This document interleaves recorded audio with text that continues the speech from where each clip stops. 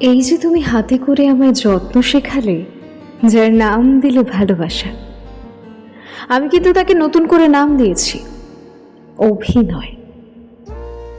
আমার এখন মনে হয় এই মিথ্যে জগতের কোনো কিছুই সত্যি নয়, এমনকি তুমি, আমিও। ছোটবেলা থেকে মায়ের কাছে যে যত্নের সংজ্ঞা পেয়েছিলাম, আজ সেই যত্নে মানুষ বিরক্ত হয়ে পড়ে। তোমার থেকেই জেনেছি মায়ের মতো যত্ন নিলেও মা হওয়া যায় না।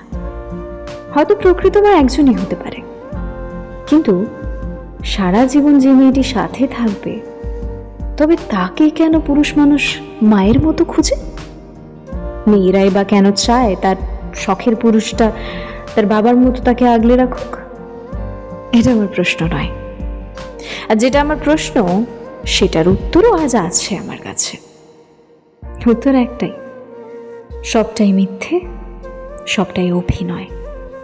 মানুষ আজ যেটা পাওয়ার জন্য পরিশ্রম করছে, সকাল বিকেল মন্দির মসজিদে মাথা ঠুকছে, কাল সেটা পেয়ে গেলে মানুষ সেটাকে আর মূল্যই দেবে না।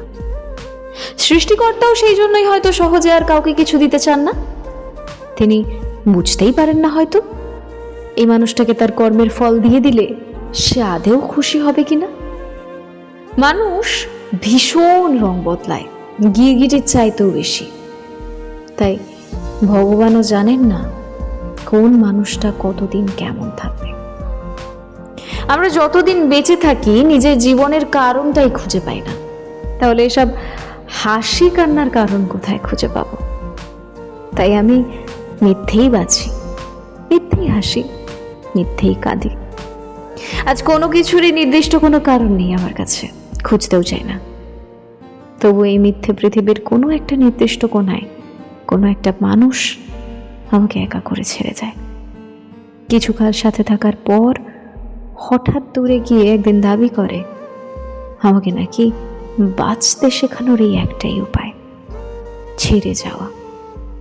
ঠিক ওই মানুষটাকে হয়তো আমি মিথ্যে মিথ্যে ভালোবেসে ফেলেছি, ভালোবাসি। তাই তার ওই মিথ্যে অভিনয়ে আমিও বেঁচে থাকি, মিথ্যে হাসি, মিথ্যে কাঁদি, মিথ্যে মিথ্যে ভালো থাকি। সেও খুশি হয়, আমিও উপভোগ করি। এছাড়া আমার আর কোনো কারণ নেই। ভালোবাসা শিখি না শিখি, অভিনয়টা ঠিকই শিখে যায়।